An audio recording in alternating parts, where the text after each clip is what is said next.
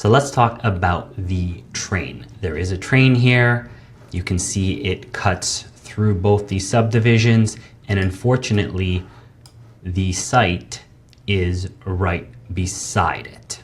If we come over here, you can see they're not trying to hide it. So if you can, purchase a home on the other side.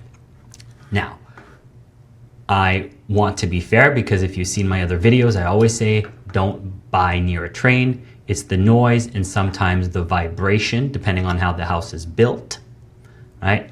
I live somewhere over here, so on paper, I'm close to it. It doesn't bother me. It has not affected the resale value.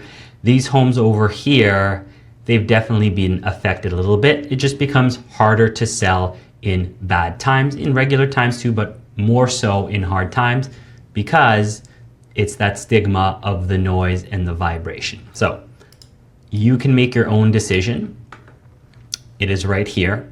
I took a video, and what I noticed is that the front of the train, where the engine is, makes a lot more noise and then it quiets down. Now, obviously we're hearing this through mics, and what your ear will hear is much different, but at least you can see a comparison where it does die down very quickly. I suggest you take your car and you drive down, you park over here, or also if you want to become right close to it, come to the top of the subdivision, park your car over here, and sit there and see if you think that you wouldn't be able to live through it. So that's my suggestion. Here's the video.